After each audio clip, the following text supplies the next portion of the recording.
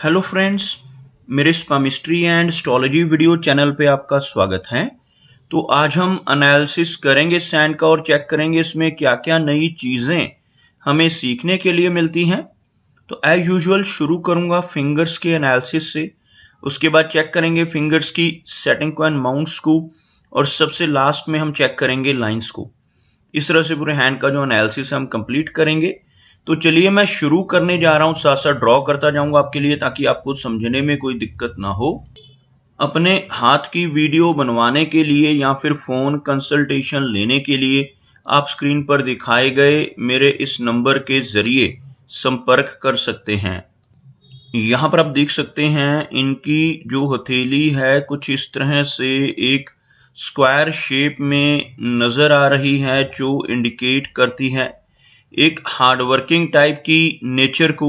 और अगर इनकी फिंगर्स को देखा जाए तो आप यहाँ पर देख पाएंगे फिंगर्स काफ़ी अच्छी लंबाई में नज़र आ रही हैं, काफ़ी थिक हैं। फिंगर्स की जो थिकनेस है आप यहाँ से फिंगर्स के बेस फैलेंजिस से चेक कर सकते हैं।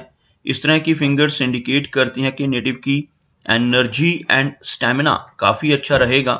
सभी फिंगर्स पर आपको कुछ इस तरह की बारीक सीधी खड़ी रेखाएं भी नजर आएंगी। इस तरह की रेखाओं का होना दर्शाता है कि ऐसा व्यक्ति मिलनसार स्वभाव का होगा। ऐसे व्यक्ति दूसरों के साथ बहुत अच्छे से तहजीब से पेश आने वाले होते हैं। एक बहुत अच्छी पर्सनैलिटी ऐसे व्यक्ति की आपको देखने को मिलेगी। अगर हम बात करें इनकी तर्जनी यानी गुरु फिंगर की, तो आप देखेंगे थिक होने के साथ साथ यह फिंगर काफ़ी स्ट्रेट है, काफ़ी अच्छी लंबाई में है। इस तरह की गुरु फिंगर व्यक्ति को नॉलेजेबल बनाती हैं। ऐसे व्यक्ति की लीडरशिप क्वालिटीज़ भी अच्छी रहती हैं। ऐसे व्यक्ति दूसरों को गाइड करने वाले, दूसरों को रास्ता दिखाने वाली पर्सनैलिटी ऐसे व्यक्ति की आपको देखने को मिलेगी। अगर शनि की बात करें तो शनि फिंगर यहाँ पर आपको बहुत अच्छी लेंथ में और बहुत अच्छी थिकनेस में नज़र आएगी। इस तरह की स्ट्रेट शनि फिंगर का होना दर्शाता है कि ऐसा व्यक्ति काफ़ी मेहनती नेचर का होगा। एक डिसिप्लिन पर्सनैलिटी, अनुशासन प्रिय और न्यायप्रिय टाइप की नेचर आपको ऐसे व्यक्ति की देखने को मिलेगी। और अपनी इन्हीं खूबियों की वजह से जीवन में काफ़ी अच्छी तरक्की कर पाने में भी ऐसे व्यक्ति कामयाब हो जाते हैं।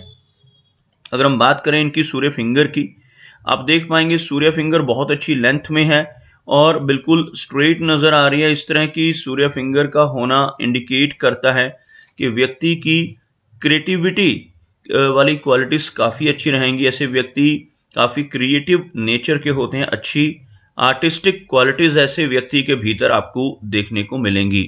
साथ ही साथ इस फिंगर का अच्छी लंबाई में होना व्यक्ति को एक अच्छा सोशल सर्कल भी देता है। लेकिन ऐसे व्यक्ति थोड़े रिस्क टेकर स्वभाव के हो सकते हैं जिनकी सूर्य फिंगर अच्छी लंबाई में हो। ऐसे व्यक्ति जीवन में रिस्क लेने से नहीं घबराते और कई बार तो अपने पैसों को, अपने धन को ऐसी जगहों पर लगा देते हैं जहां पर लॉस की संभावनाएं हों, जैसे शेयर मार्केट है, क्रिप्टो करेंसीज हैं, म्यूचुअल फंड्स हैं, मल्टी लेवल मार्केटिंग है। ऐसी चीज़ों की तरफ भी व्यक्ति की रुचि आपको देखने को मिल सकती है। फिंगर्स के बीच में आपको कुछ इस तरह से अच्छे गैप बनते हुए नज़र आएंगे।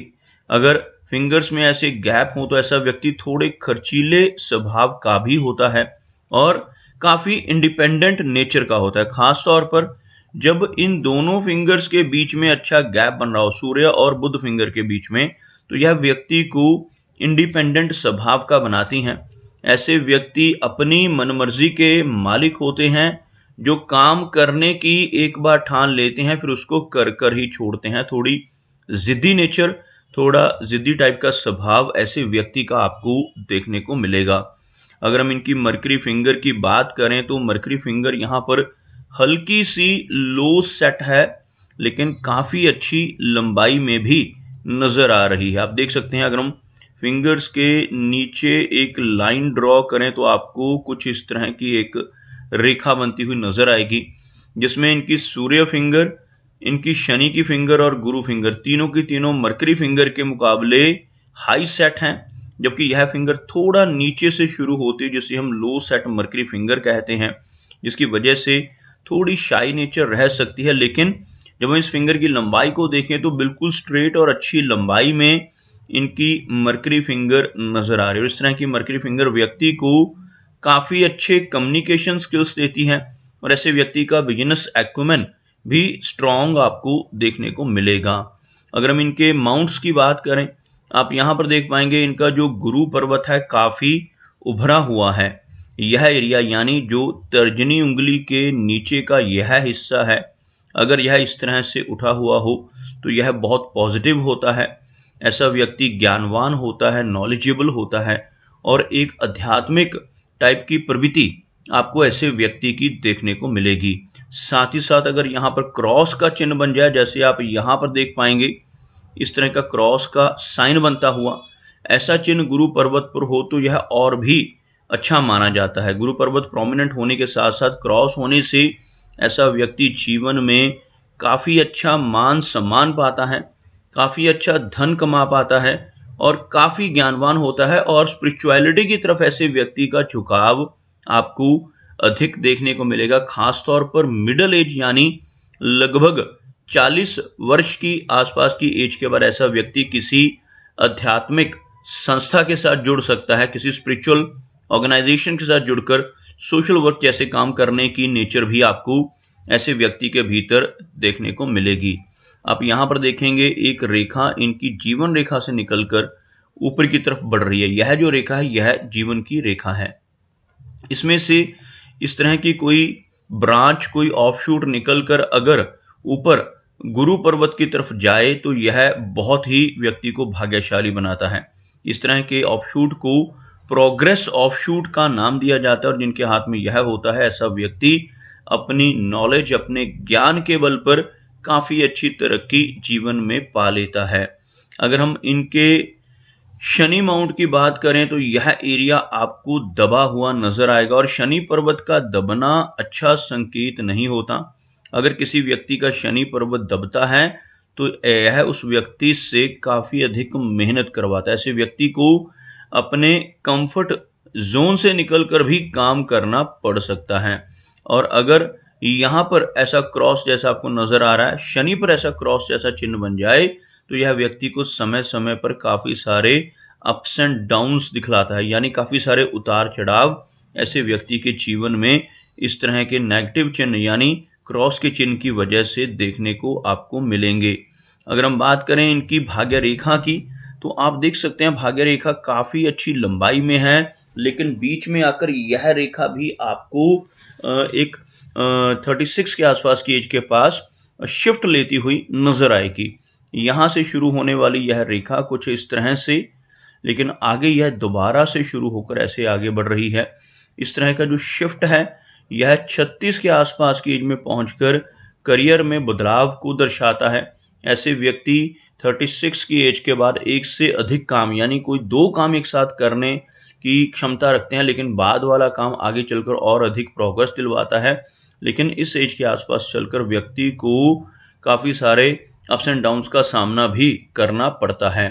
अगर सूर्य की बात करें तो आप देख पाएंगे इनका जो सूर्य का माउंट है यहाँ पर शनि की भांति हल्का सा दबा हुआ है और एक लंबी सूर्य रेखा का यहाँ पर अभाव है। यह जो एरिया है इसी को सूर्य पर्वत कहते हैं। और अगर किसी व्यक्ति के हाथ में कोई इस तरह की रेखा सूर्य पर्वत पर पहुंच जाए, ऐसी लंबी रेखा हो, तो यह व्यक्ति को पॉलिटिक्स के जरिए या गवर्नमेंट के जरिए बहुत अच्छे लाभ दिलवाती है। लेकिन सूर्य माउंट का दबना और इस रेखा का ना होना जीवन में से यश को कम करता है। ऐसा व्यक्ति दूसरों के लिए कितना भी काम कर ले, दूसरों की कितनी भी हेल्प कर ले, बदले में कोई इनाम, कोई अप्रिसिएशन नहीं मिल पाता। मरकरी की बात करें तो मरकरी फिंगर यहाँ पर अच्छी है। मरकरी का माउंट भी यहाँ पर काफ़ी अच्छा नज़र आ रहा है। कोई भी नेगेटिव साइन मरकरी एरिया पे नज़र नहीं आ रहा। मरकरी एरिया अगर अच्छा हो, जैसे आप यहाँ पर देखेंगे यह माउंट यहाँ पर प्रोमिनेंट नज़र आ रहा है, तो व्यक्ति के कम्युनिकेशन स्किल्स अच्छे रहते हैं और ऐसे व्यक्ति का बिजनेस एक्यूमेन भी स्ट्रांग होता है। बात करते हैं इनकी मेजर लाइंस की। आप देख सकते हैं इनकी जो हार्ट लाइन है कुछ इस तरह से आगे बढ़कर 2 भागों में बट रही है। कुछ इस तरह का चिन्ह जिसको हम विष्णु चिन्ह कहते हैं वो इनकी हार्ट लाइन के अंत में बनता हुआ आपको नजर आएगा। इस तरह का साइन अगर हाथ पर हो तो यह व्यक्ति को काफ़ी अच्छी तरक्की दिलवाने में हेल्प करता है। ऐसा चिन्ह होने से ऐसा व्यक्ति अगर अपने जीवन में ईमानदारी के रास्ते पर चलता हुआ काम करता रहे तो बहुत अच्छी प्रोग्रेस पा लेता है। लेकिन इसके बिल्कुल विपरीत ऐसा व्यक्ति जिसके हाथ पर ऐसा विष्णु सिंबल हो, अगर गलत रास्ते पर चलकर बेईमानी से किसी तरह की चीटिंग धोखाधड़ी के जरिए धन कमाने की कोशिश करने लगे तो बड़ी दिक्कतें आ जाती हैं और तरक्की रुक सकती है। इसलिए जिनके भी हाथ पर ऐसा चिन्ह बनता है उन्हें हमेशा यही सजेस्ट करता हूं कि सही रास्ते पर चलते हुए ही धन कमाएं। आप यहाँ पर देखेंगे इनके हाथ में एक हल्का सा आइलैंड जैसा साइन हार्ट लाइन के ऊपर बनता हुआ, जिसकी वजह से 50s के आसपास की एज में चलकर कुछ हेल्थ से जुड़ी समस्याओं का सामना भी करना पड़ सकता है। Blood pressure, thyroid, cholesterol, diabetes जैसी समस्याएं 50s की एज में ऐसे व्यक्ति को फेस करनी पड़ सकती हैं। अगर हम बात करें यहाँ पर इनकी लाइन ऑफ माइंड की, आप देखेंगे माइंड की जो लाइन है कुछ इस तरह से हल्का सा झुकाव नीचे की तरफ इस रेखा का होता हुआ आपको नजर आएगा। इस तरह की रेखा लंबी रेखा का होना पॉजिटिव है।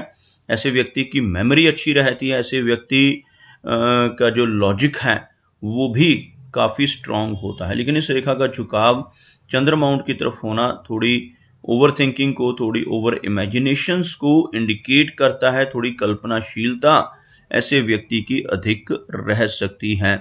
अगर हम इनके अंगूठे पर बनने वाले यव के चिन्ह की बात करें तो यह चिन्ह काफ़ी पॉजिटिव होता है। जिनके भी हाथ पर कुछ इस तरह का यव का साइन बनता है ऐसे व्यक्ति की सिक्स सेंस काफ़ी अच्छी होती है। ऐसा चिन्ह जिसको बुद्धाजाई का चिन्ह भी कहते हैं, खासतौर पर यह चिन्ह बुद्धाजाई का चिन्ह इसलिए कहलाता है क्योंकि इसकी जो शेप है वो आपको कुछ इस तरह से आई जैसी यानी आंख जैसी बनती हुई नजर आएगी।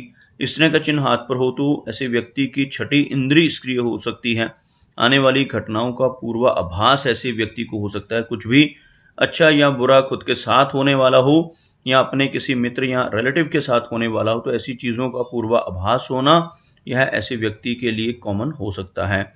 अगर हम बात करें इनकी लाइन ऑफ लाइफ की तो आप यहाँ पर देखेंगे लाइफ लाइन यहाँ पर काफ़ी अच्छी लंबाई में है, लेकिन 60s के आसपास की एज में चलकर यह रेखा थोड़ी कमज़ोर पड़ रही है। यहाँ पर आप देखेंगे एक शिफ्ट आ रहा है इस रेखा में, तो 60s की एज में चलकर थोड़ी हेल्थ कमज़ोर रहेगी। लेकिन ओवरऑल अगर हम देखें तो यह रेखा लंबी है और इस तरह की लंबी रेखा का होना लगभग 75 के आसपास की एज को दर्शाता है।